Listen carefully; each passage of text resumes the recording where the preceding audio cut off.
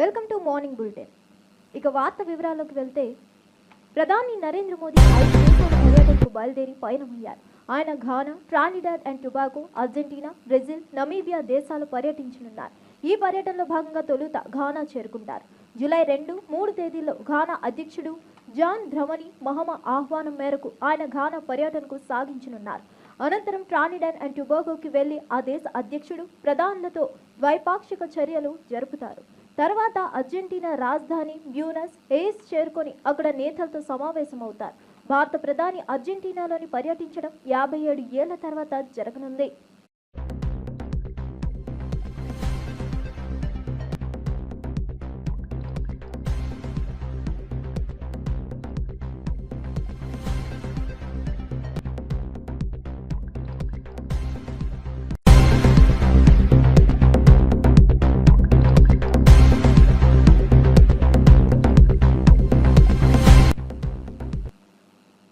హోంమంత్రి వంగలపూడి అనిత వైసీపీ నేతలపై తీవ్ర విమర్శలు చేశారు.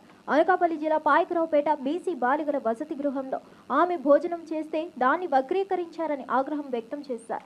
తాను తిన్న ఆహారంలో బొద్దింక ఉందన్న ప్రచారాన్ని వైసీపీ అఫీషియల్ పేజ్లో లేవనెత్తారని దుయ్యబడ్డారు. ఈ ఫోటోలు పూర్తిగా అవాస్తవమని స్పష్టం చేశారు. తప్పుడు ప్రచారాలు చేయడంలో వైసీపీ నేతలు దిట్ట అని అనిత పేర్కొన్నారు. ప్రజలకు సత్యం తెలియజేయడంలో వైసీపీ వెనుకడుగు వేస్తుందని ఆమె విమర్శించారు.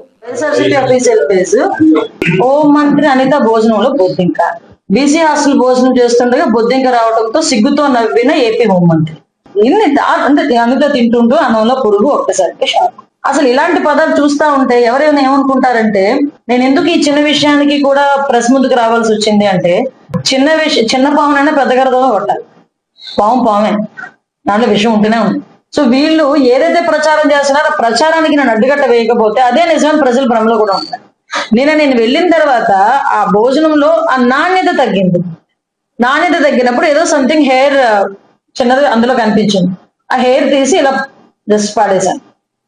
దానికి వీళ్ళు రకరకాలైన విన్యాసాలు చేసుకొని రకరకాలైన మాటలు మాట్లాడుకుని అల్లేసి కథలు అల్లేసి ఆ ప్రజల్ని కొంచెం ఇబ్బంది పెట్టే విధంగా మమ్మల్ని ఏదో టార్గెట్ చేస్తున్నామని వాళ్ళు అనుకోండి. నేను ఛాలెంజ్ చేసి అడుగుతున్నాను, ఏ బీసీ హాస్టల్కైనా లాస్ట్ 5 సంవత్సరాల్లో లోకల్ ఎమ్మెల్యేలు కానీ లోకల్ మినిస్టర్లు కానీ ఒక్కరోజు వెళ్ళి వాళ్ళు ఏం తింటున్నారు, వాళ్ళు ఎలా ఉన్నారు. శ్రీశైలం పుణ్యక్షేత్రంలో ఉచిత స్పర్శ దర్శనాలు ప్రారంభమై 2వ రోజుకు చేరుకున్నాయి. ఈ సందర్భంగా సుమారు 5,000 మంది భక్తులు స్వామివారి దర్శనానికి తరలి వచ్చారు. ఆధార్ నమోదు లేకుండా కూపన్లు జారీ చేస్తూ భక్తులకు ఉచితంగా స్పర్శ దర్శనం కల్పిస్తున్నారు ఆలయ అధికారులు. మధ్యాహ్నం 1:45 నుంచి 3:45 వరకు ఈ ప్రత్యేక దర్శనం కొనసాగుతుంది. ఇప్పటి వరకు 2,000 మందికి ఈ సేవ అవకాశం ఇచ్చారు. ఉచిత దర్శనం కోసం భక్తులు భారీగా వచ్చి క్యూలో నిలబడి ఉన్నారు. భక్తుల రద్దీతో ఆలయ ప్రాంతం కిక్కిరిసిపోయింది.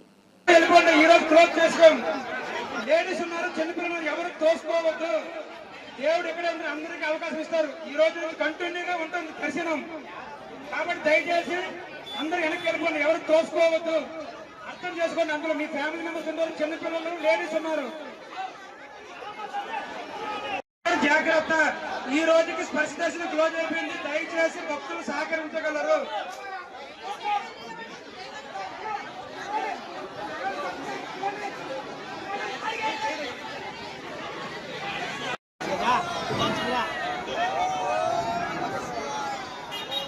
నార్మల్ దర్శనం వెళ్ళే భక్తులు స్వామి త్వరగా రావాలి. స్వామి లైన్లు క్లోజ్ అవుతున్నాయి. స్వామి త్వరగా రావాలి. అలంకరణ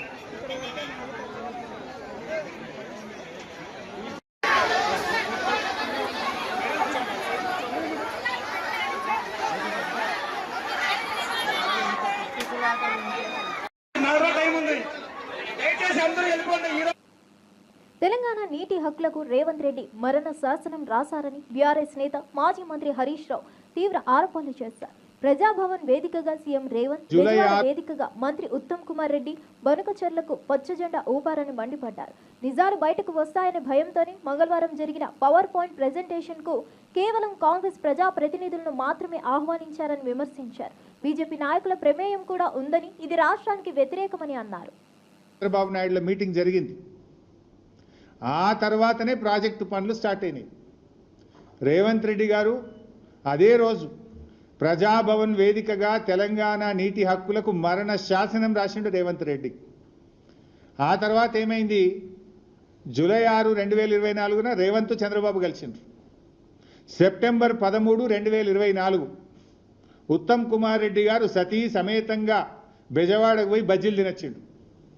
అక్కడ సైలెంట్ అయిపోయింది. ఇక బెజవాడ బజ్జీలు తిని బెజవాడకు పోయి చంద్రబాబు నాయుడు సతీ సమేతంగా కలిసి గోదావరి బనకచెర్లకు ఉత్తమ్ కుమార్ రెడ్డి కూడా పచ్చ జెండా ఊపిండు. ఆనాడు రేవంత్ రెడ్డి ప్రజాభవన్ వేదికగా, బెజవాడ వేదికగా ఉత్తమ్ కుమార్ రెడ్డి ఈ ఇద్దరు కలిసి ఈ గోదావరి బనకచెర్లకు జెండా ఊపిండ్రు. జూలై 6, 2024 ఏమో రేవంత్ రెడ్డి, సెప్టెంబర్ 13, 2024 ఏమో ఉత్తమ్ కుమార్ రెడ్డి. కరెక్ట్గా మీరు డేట్లు చూస్తే దాని తర్వాత ఇదే క్రమంలో నవంబర్ 15, 2024 నాడు ఆంధ్రప్రదేశ్ ముఖ్యమంత్రి చంద్రబాబు నాయుడు గారు ఇది నిర్మలా సీతారామన్ గారికి లెటర్ రాసిండ్రు. మీరు కలవంగానే లైన్ చూడండి. ఫస్ట్ రేవంత్ కలిసిండు, సెకండ్ ఈయన పోయి రేవంత్ రెడ్డి గారు దూలంగానే ఉత్తమ్ కుమార్ రెడ్డి సతీ సమేతంగా పోయొచ్చిండు బెజవాడకు. ఈయన సెప్టెంబర్లో పోగానే నవంబర్ నెలలో మన చంద్రబాబు నాయుడు గారు నిర్మలా సీతారామన్కు గోదావరి బనకచెర్ల ప్రాజెక్టుకు డబ్బులు ఇవ్వండి అని చెప్పి రాశాడు. దీని తర్వాత మళ్ళీ డిసెంబర్ నెలలో 80,000 కోట్లు ఇవ్వండి మాకు అని చంద్రబాబు నాయుడు గారు డిసెంబర్లో నిర్మలా సీతారామన్ గారికి ఉత్తరం రాసింది. నవంబర్లోటి తిరుమల శ్రీవారి ఆలయంపై మరోసారి విమానం చక్కర్లు కొట్టడం భక్తుల్లో అసహనానికి కారణమైంది. ఆలయం పైనుండి విమాన రాకపోకలు సాగకూడదని అగమ శాస్త్ర నిబంధనలు ఉన్నప్పటికీ తరచూ విమానాలు ఆలయం పైనుండి వెళ్తుండటంతో భక్తులు ఆందోళన వ్యక్తం చేస్తున్నారు. ఈ పరిస్థితి అగమ శాస్త్ర నిబంధనలకు ఉల్లంఘించడమేనని, భక్తుల ఆధ్యాత్మిక విశ్వాసాలకు భంగం కలిగిస్తుందని వారు అభిప్రాయపడుతున్నారు.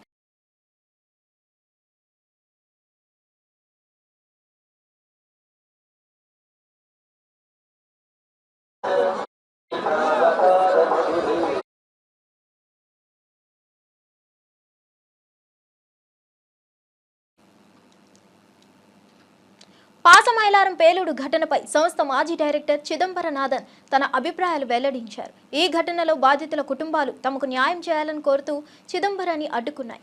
ఈ సందర్భంగా వాగ్వాదం జరగడంతో చిదంబరనాథన్ పొంతనలేని సమాధానాలు ఇచ్చారు. సీఎం పర్యటనలో మేనేజ్మెంట్ సభ్యులు ఉన్నట్లు ఆయన తెలిపారు. బాధితుల కుటుంబాలు తమకు న్యాయం జరిగేలా చర్యలు తీసుకోవాలని డిమాండ్ చేశాయి. చిదంబరనాథన్ స్పందనతో విషయాన్ని మరింత వివరించాల్సిన అవసరం ఉందని చెప్పిన కుటుంబ సభ్యులు కార్మికుల సమస్యలను ప్రాధాన్యంగా తీసుకొని పరిరక్షించాలని విజ్ఞప్తి చేశారు. बताओ फिर क्या खबर है? चिदंबरम जी आप बताइए, एक्चुअली 143 में कितने आदमी वो प्लांट में क्यूसी में क्यूए में काम करते हैं? वो 60 के आसपास है। 60 माइनस लो प्लीज। वो बिल्डिंग को पता नहीं है, तुम 63 65 भी बोलो। नहीं आप सुनिए, एक मिनट आप सुनिए। उस दिन जो चिदंबरम जी क्यूसी क्यूए में कितने आदमी काम करते हैं? क्यूसी क्यू में करीब 15-20 आदमी। उसके नीचे प्लांट में वो स्लैब्स के कितने काम है? पूरा प्लांट के स्लैब के नीचे कितने काम करते हो शेड में? पूरा मिला के कितना होता? 63 बोल रहे हैं ना। हाँ, ओवरऑल 143 में 63 चलेगा बाहर। आपके हिसाब से उसमें भी 15-20 आदमी बाहर आ गए। कितने वर्कर कैजुअल है, कितने परमानेंट है आपके पास? अभी आप फैक्ट्री चला रहे हैं, आप किसी को कॉन्ट्रैक्ट दिए? एक 1 करोड़ का एक्सग्रेशिया अनाउंस करें ना। आप देने के लिए तैयार है? देखिए मैं अभी कुछ बोल नहीं सकता। अभी आप लोग समझो, ये आप हमारे पास आके साहब आप अच्छा काम किया करके आप बोलेंगे, बस इतना ही। आप कहाँ तक देने के लिए तैयार है? वो मैं बोल नहीं रहा हूँ ना। क्या बोल रहे हो आप? हमारा बात हंस रहे हो तुम। सीएम बोले ना 1 करोड़, सीएम बोले ना with the support of factories we will give 1 crore. CM के बात को मान रहेंगे? देखिए मैं कुछ भी बोल नहीं सकता हूँ। आप लोग जो बोलोगे नेक्स्ट 3-4 डेज के बाद आके बोलोगे सर आप लोगों ने अच्छा काम किया। चिदंबरम जी वो प्लांट को आप चला रहे, आप और किसी को दिए? कौन है अभी? दूसरा आदमी। कौन? एलन है अभी?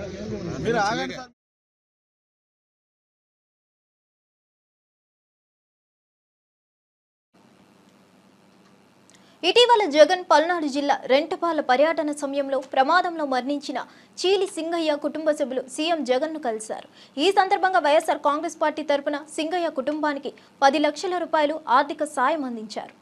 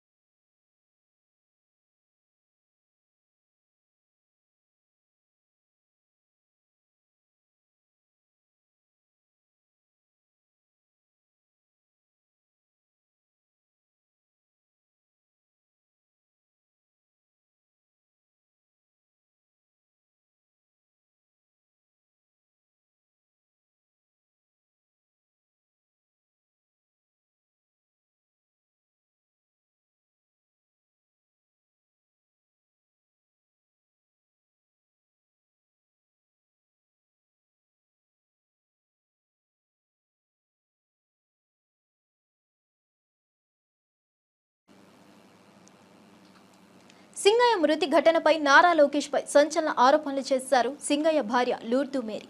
ఆమె నారా లోకేష్ అనుచరులు 50 మంది వారి ఇంటికి వచ్చారని, తమను బెదిరించారని ఆరోపించారు. వారికి చెప్పినట్లు చెప్పాలని ఒత్తిడి చేశారని, కాగితాలపై సంతకాలు చేయమని చెప్పారు. పోలీసులు కూడా వీడియోలు చూపించి ఒత్తిడి చేశారని పేర్కొన్నారు. ప్రమాదం జరిగిన వెంటనే సింగయ్యను ఆసుపత్రికి తీసుకెళ్లనీయలేదని, చిన్న గాయాలకే సింగయ్య చనిపోవడం అనుమానాస్పదంగా ఉందని లూర్దు మేరీ అన్నారు. అంబులెన్స్లో ఏమైందో మాకు డౌట్గానే ఉంది. అంబులెన్స్లో ఏమన్నా చేశారేమోనని. పోలీసులు వచ్చారు, వీడియోనే చూపించారు మాకు వాళ్ళు. మరి లోకేష్ గారు పంపించారు, మేము కూడా మీ ఎస్సీలమే అని చెప్పారు, మీ కులస్తులమే అన్నారు. వాళ్ళు వచ్చేలేకే నాకు అసలు భయం వేసి మేమైతే ఏం చెప్పలేదు. తర్వాత లోకేష్ గారు పంపించారు అని చెప్పారు మాకు. మమ్మల్ని ఎంత ఇబ్బంది చేసి ఎంత మాట్లాడాలన్నా కానీ మేమైతే ఏమీ మాట్లాడలేదు.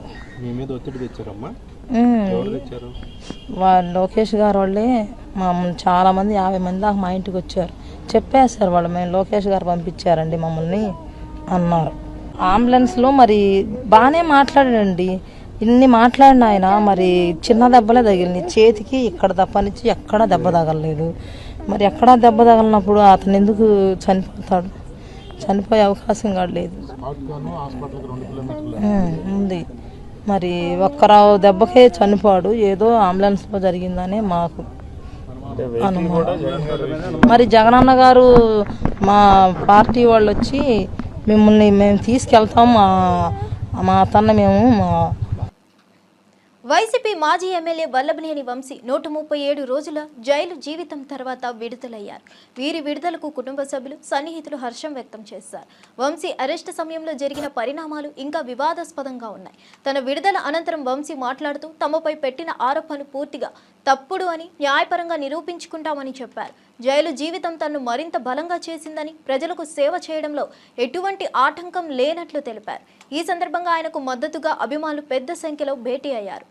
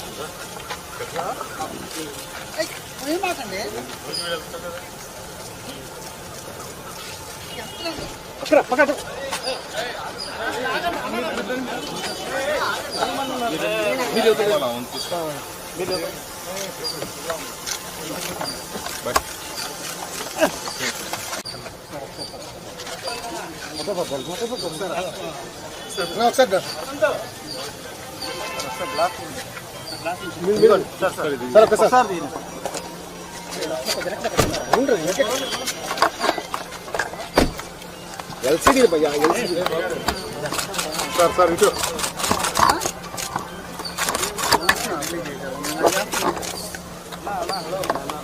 स्लो सर मेरे की दिन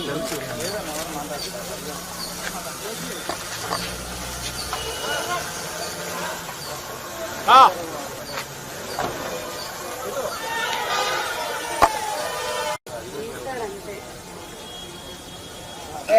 मेरे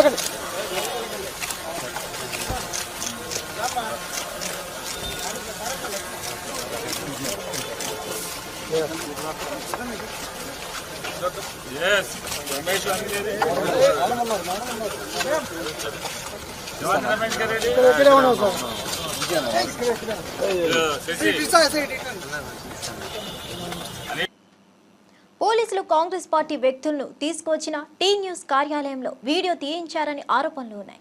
ఇంత దుర్మార్గమైన పోలీస్ వ్యవస్థను ఎప్పుడు చూడలేదని పలువురు వ్యాఖ్యానిస్తున్నారు. తమపై బురద చల్లాలని చూస్తున్న వారికి పోలీసులు మద్దతు ఇస్తున్నారని పేర్కొన్నారు. టీ న్యూస్ ఉద్యోగులను లక్ష్యంగా చేసుకుంటున్నారని అంటున్నారు. యాంకర్ స్వేచ్ఛ మృతిపై విచారణలో భాగంగా టీ న్యూస్ సీఈఓతో జరిపిన సంభాషణ వీడియో తీసి మీడియాకు పంపారు.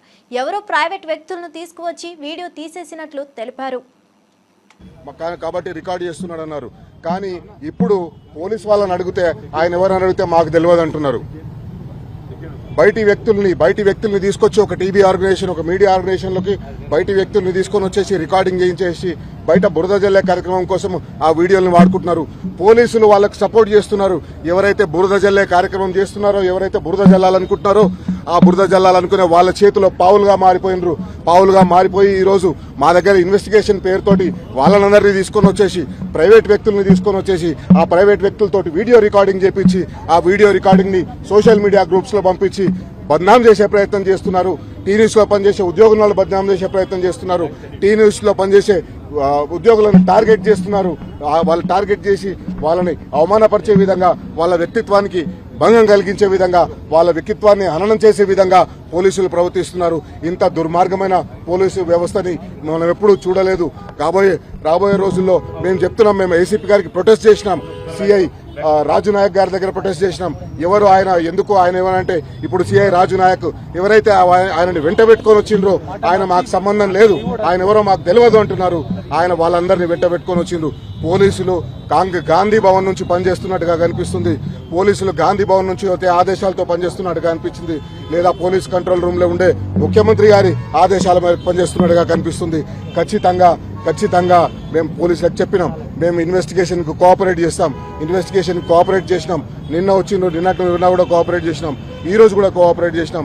కానీ ఈ రకంగా దుర్మార్గంగా ఇన్వెస్టిగేషన్ అని పేరు చెప్పి స్వర్ణకుప్పం ప్రాజెక్టు పరిధిలో అభివృద్ధి సంక్షేమ కార్యక్రమాలకు శ్రీకారం చుట్టామని ఏపీ సీఎం చంద్రబాబు ప్రకటించారు.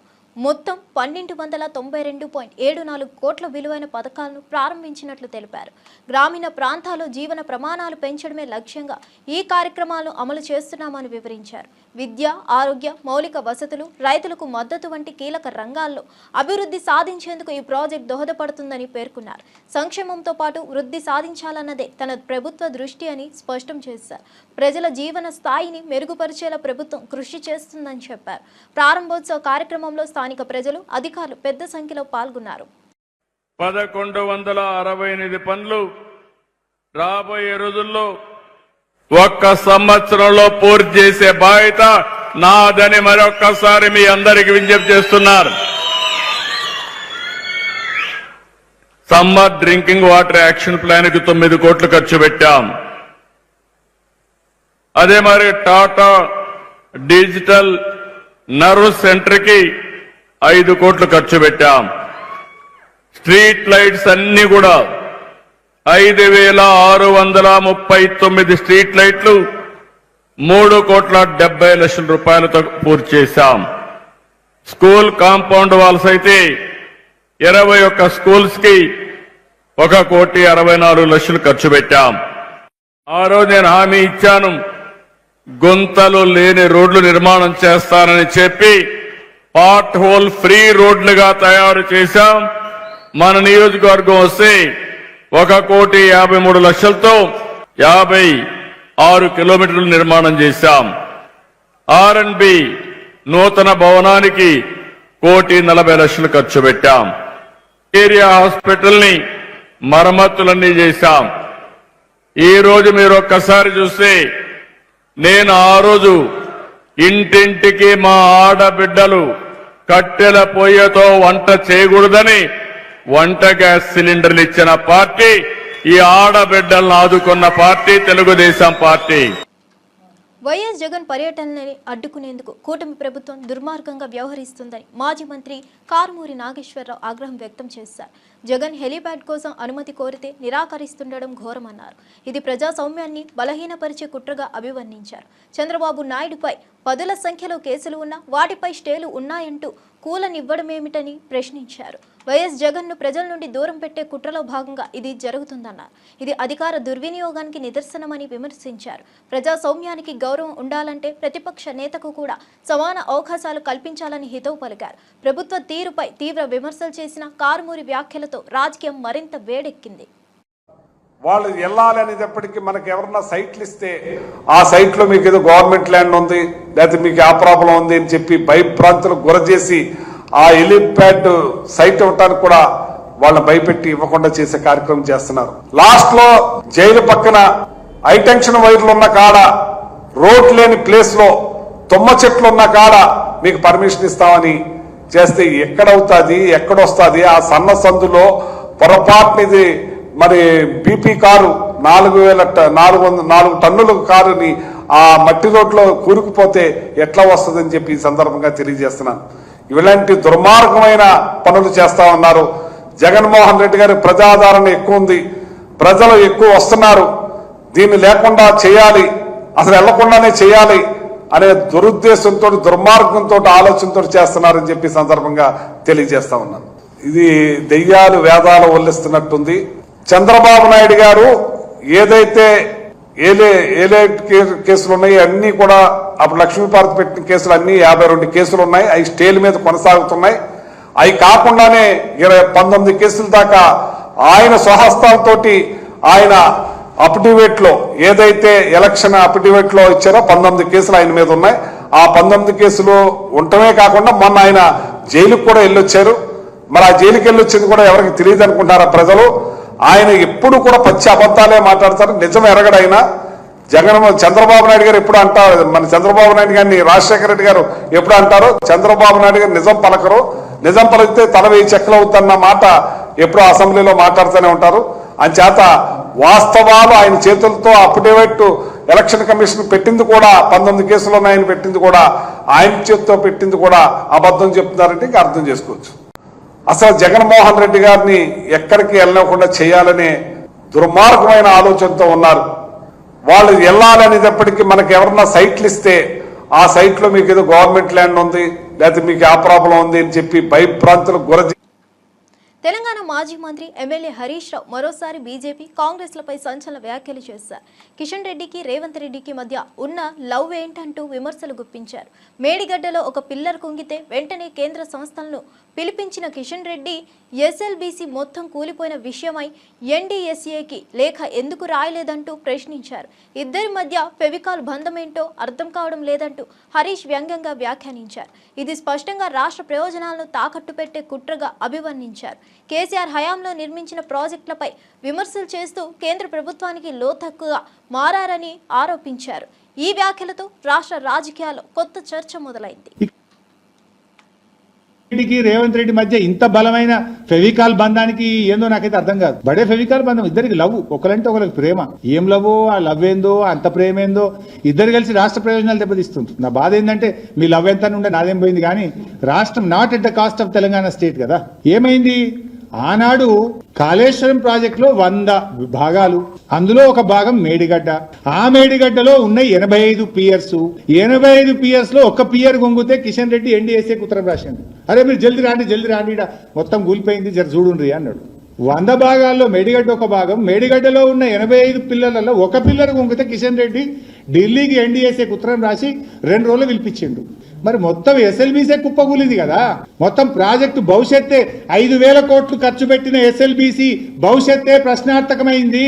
ఆ టీ బీమ్ బయటకెళ్ళది, ముంగడికి పోదు, 6 చచ్చిపోయినరు, బతుకులు ఆగమైనాయి, శవాలు కూడా బయటకు రాలేదు. మరి దీని మీద కిషన్ రెడ్డి గారు ఎన్డీఎస్ఏకి ఎందుకో ఉత్తరం రాయడు, ఎన్డీఎస్ఏ ఎందుకో రాదు. ఒక పిల్లర్ గుంగితే 300 వచ్చిండ్రు, కిషన్ రెడ్డి ఉత్తరం రాస్తాడు, 300 వస్తుంది బీజేపీ వాళ్ళు. మరి ఎస్ఎల్బీసీ కుప్పకూలితే 5,000 కోట్ల ఖర్చు పెట్టిన ప్రాజెక్టు ఆగమైపోతే ఎందుకు ఎన్డీఎస్ఏ రాదు, ఎందుకు కిషన్ రెడ్డి గారు ఉత్తరం రాయడు? ఈ బీజేపీకి రేవంత్ రెడ్డికి ఉన్న ఈ ఫెవికాల్ బంధమేంది? ఈ కిషన్ రెడ్డి ఈ రేవంత్ రెడ్డి మధ్యలో ఉన్న ఈ లవ్ ఏంది? ఇది బయటకి సమాధానం చెప్పాలి కదా. ఎన్డీఎస్ఏ ఆనాడు వస్తుంది, ఓకే, ఎందుకు వచ్చిందని అంటలేను, మరి ఇవాళ ఎందుకు రాదు? హీరో రామ్ చరణ్ అభిమానులను కలిచివేసిన వ్యాఖ్యలపై నిర్మాత శిరీష్ స్పందించారు. చరణ్ను అవమానించాలన్న ఉద్దేశమే లేదని, ఆయనతో తనకు మంచి సంబంధం ఉందని స్పష్టం చేశారు. రామ్ చరణ్ హీరోగా నటించిన గేమ్ చేంజర్ సినిమా గురించి చేసిన వ్యాఖ్యలు ఎవరినైనా బాధ పెట్టినట్లయితే క్షమించాలని కోరారు. సినిమాపై తన అభిప్రాయం చెప్పినప్పటికీ అది వ్యక్తిగత దూషణలా అర్థం చేసుకోవద్దన్నారు. చరణ్పై తనకెప్పుడూ గౌరవమేనని, అభిమానుల భావోద్వేగాలను గౌరవిస్తున్నానని తెలిపారు. ఈ వివాదంతో గేమ్ చేంజర్ సినిమాపై ఉత్కంఠ మరింత పెరిగింది. సోషల్ మీడియాలో చరణ్ అభిమానులు ఈ వివరణపై స్పందిస్తున్నారు. చరణ్ గారికి చిరంజీవి గారికి ఎంతో అనుభవ సంబంధం ఉంది. మా ఇద్దరి మధ్యలో చరణ్ గారికి నా మధ్యలో మంచి రిలేషన్షిప్ ఉంది. నేను అభిమానించే హీరోల్లో రామ్ చరణ్ గారు ఒకరు. ఆయనని అవమానపరచడం కానీ, ఆయనని కించపరచడం కానీ నా జన్మలో నేను ఎప్పుడు చేయను. నేను ఇచ్చిన ఇంటర్వ్యూలో ఆయన గురించి చిన్న మాట దొర్లినా అది నా తప్పే. అది జరిగిందని అభిమానులు అనుకుంటున్నారు కాబట్టి వాళ్ళకి నిజంగా నేను క్షమాపణ చెప్తున్నా. చరణ్ గారికి కూడా క్షమాపణ చెప్తున్నాను. అంటే నాకున్న ఆయన రిలేషన్ని నేను పాడు చేసుకోదలుచుకోలేదు. ఎందుకంటే జనం ఈ రోజు మాట్లాడుతున్న మాటలు కానీ, బయట ట్రోలింగ్స్ కానీ, అభిమానుల బాధలు కానీ నేను అర్థం చేసుకోగలను. ఎందుకంటే ఒక హీరోని అలా అన్నప్పుడు ఎవరు కూడా భరించలేరు. నేను అన్న ఇంటెన్షన్ అలా కాదు. మాకున్న రిలేషన్స్లో, మాకున్న క్లోజ్నెస్లో నేను మాట దొర్లాను తప్ప ఆయనను అవమానపరచడానికి కాదు. మాకు మెగా హీరోలతో అందరితో మాకు మంచి సంబంధాలు ఉన్నాయి. వరుణ్ తేజ్తో ఒక ఫిదా కానీ, సాయి ధరమ్ తేజ్తో 2 సినిమాలు, చరణ్ గారితో 2 సినిమాలు చేశాం. చిరంజీవి గారు ఎప్పుడు మా రాజుగారితో కానీ నాతో ఎప్పుడు మాట్లాడుతూనే ఉంటారు. ఇలాంటి అనుబంధం ఉన్న వాళ్ళని అవమానించే పర్యంత మూర్ఖుని కాను నేను. దయచేసి అందరు అభిమానులు అందరూ అర్థం చేసుకోవాలి. సంక్రాంతికి గేమ్ చేంజర్ రిలీజ్తో పాటు సంక్రాంతికి వస్తున్నాం సినిమాని ఒప్పుకోకపోయి ఉంటే, ఆయన చెయ్యొద్దు అని ఉంటే ఆ సినిమా రిలీజ్ అయ్యేది కాదు. ఆ రోజు ఆయన మనసు గొప్పది కాబట్టి ఆ రోజు ఇబ్బందులో ఉంటారేమో ఫైనాన్షియల్గా అనుకుంటూ కూడా ఆయన, ఎందుకంటే పెద్దగా బడ్జెట్ అయిన సినిమా కాబట్టి మీరు మంచిగా దీన్ని కూడా రిలీజ్ చేసుకోండి అని ఒక గొప్ప మనసుతో ఒప్పుకున్న వ్యక్తి ఆయనని ఎందుకు అవమానపరుస్తాం? దయచేసి నేను ఆయన మాటలు కానీ అపార్థం చేసుకుంటే ఫ్యాన్స్కి అందరికీ నేను క్షమాపణ చెప్తున్నా. దయచేసి మా రిలేషన్ పాడు చేయొద్దు. మాకు మళ్ళీ నెక్స్ట్ ఒక ప్రాజెక్టు రెడీ అయింది. నెక్స్ట్ చరణ్ గారితో సినిమా తీయబోతున్నాం. అలాంటిది అనవసరంగా మా ఇద్దరి మధ్య ఈ అభిప్రాయ భేదాలు తీయకండి అని అందరినీ వేడుకుంటున్నా. చూసిన ఆంధ్ర ప్రేక్షకులందరూ కూడా గమనించాలి, నాకు చరణ్ గారికి మంచి రిలేషన్ ఉంది. నేను ఆయన గురించి ఎప్పుడు తప్పు మాట్లాడను. ఇచ్చిన ఫస్ట్ ఇంటర్వ్యూ కాబట్టి కొంచెం నాకు తెలియకుండా కూడా ఏదో మాట దొర్లిందేమో, అలాంటిది కూడా ఏదైనా అర్థం చేసుకోవాలని అందరికీ కోరుకుంటున్నాను. విదేశాల్లో మెడికల్ గ్రాడ్యుయేషన్ పూర్తి చేసి ఇంటర్న్షిప్ ముగించిన యువ వైద్యులకు పర్మనెంట్ రిజిస్ట్రేషన్ ఇవ్వకుండా కూటమి ప్రభుత్వం కక్షపూరితంగా వ్యవహరిస్తుందని మాజీ ఎమ్మెల్యే డాక్టర్ గోపిరెడ్డి శ్రీనివాసరెడ్డి మండిపడ్డారు. తాడేపల్లిలో మీడియాతో మాట్లాడుతూ అర్హతలన్నీ ఉన్నప్పటికీ 13 నెలలుగా పిఆర్ ఇవ్వకపోవడం దారుణమన్నారు. ప్రశ్నించినందుకు రెడ్ బుక్ రాజ్యాంగాన్ని ఉపయోగించి అరెస్టులకు పాల్పడడం కూటమి దివాలా కోరుతున్నామన్నారు. డాక్టర్స్ డే రోజు కూడా యువ వైద్యులను స్టేషన్కి తీసుకెళ్లిన ప్రభుత్వ తీరుపై తీవ్ర ఆగ్రహం వ్యక్తం చేశారు. ఈ విద్యావంతులపై జరుగుతున్న వేధింపులు ఏమాత్రం న్యాయసంగతము కాదన్నారు. వైఎస్ఆర్సీపీ యువ వైద్యులకు అండగా నిలుస్తుందని, వారి పిఆర్ సాధించేదాకా పోరాడతామని హామీ ఇచ్చారు. చదువు పూర్తి చేసి వైద్య విద్యలో అభ్యసించి ఈరోజు సమాజంలో వైద్యం చేయాలనే తపన పడుతున్న విద్యార్థుల మీద కూడా ఈరోజు ఇటువంటి రెడ్ బుక్ రాజ్యాంగం చేయటం అనేది చాలా దారుణమైన అంశం. దీన్ని తీవ్రంగా ఖండిస్తున్నాం. ఒక్కసారి దీని మీద లోతైన విషయాలకు వెళ్తే ఈరోజు చాలామంది మధ్యతరగతి కుటుంబాలు, పేద కుటుంబాలు తమ పిల్లల్ని డాక్టర్లు చదివించుకోవాలని తపన పడుతూ ఒక ఆశయంగా చాలామంది తల్లిదండ్రులు వాళ్ళ యొక్క పిల్లల్ని చదివించుకోవాలని మరి వాళ్ళ ఇల్లుని తాకట్టు పెట్టి, కొంతమంది బ్యాంకు లోన్లకు వెళ్ళి ఆస్తులు అమ్ముకొని వాళ్ళందరూ కూడా తమ పిల్లల్ని ఎంబీబీఎస్ చదివించాలన్న ఒక తపనతో, డాక్టర్ చేయాలన్న తపనతో వాళ్ళందరూ కూడా కష్టపడి వాళ్ళ పిల్లల్ని చదివించుకోవాలనుకుంటున్నారు. అలాంటి తరుణంలో మన రాష్ట్రంలో ఎక్కడైతే ఎంబీబీఎస్ సీట్లు రాలేదో, వైద్య విద్య పూర్తి చేయలేకపోతున్నారో మన రాష్ట్రంలో కానీ మన దేశంలో కానీ, వీళ్ళు పెడుతున్న నీట్ ఎగ్జామ్లో పూర్తిగా మార్కులు రాని వాళ్ళు, తక్కువగా వచ్చిన వాళ్ళు, వీళ్ళందరూ కూడా ఇతర దేశాలు, చాలా దేశాలు, చైనా కానీ, వాళ్ళ ఫిలిప్పైన్స్ కానీ, యుక్రెయిన్ కానీ, ఇలాంటి దేశాల్లో తమ పిల్లల్ని చదివించుకుంటున్నారు. ఎలా చదివించుకున్నారు? కోట్లు ఖర్చు పెట్టి చదివించుకుంటున్నారు. సుమారు లక్షలు కాదు, కోట్లు ఖర్చు అవుతుంది. కోట్లు ఖర్చు పెట్టుకొని చదువుకున్న తర్వాత ఇండియా వచ్చిన తర్వాత FMG exam, foreign medical graduation exam clear చేయాల్సి ఉంటుంది. ఎందుకంటే అది మన ఎన్ఐసి, నేషనల్ మెడికల్ కౌన్సిల్ యొక్క ఎగ్జామ్కి ఈక్వల్గా, ఎన్ఎంసీకి ఈక్వల్గా ఈ ఎగ్జామ్ క్లియర్ చేయాలి. ఈ ఎగ్జామ్ రాసి పాస్ అయిన వాళ్ళు మళ్ళీ ఇంటర్న్షిప్ చేయాలి. ఇంటర్న్షిప్ చేసేటప్పుడు వీళ్ళకి ఏమన్నా. ఇవండి ఈనాటి అప్డేట్స్. మరో న్యూస్తో మళ్ళీ కలుద్దాం.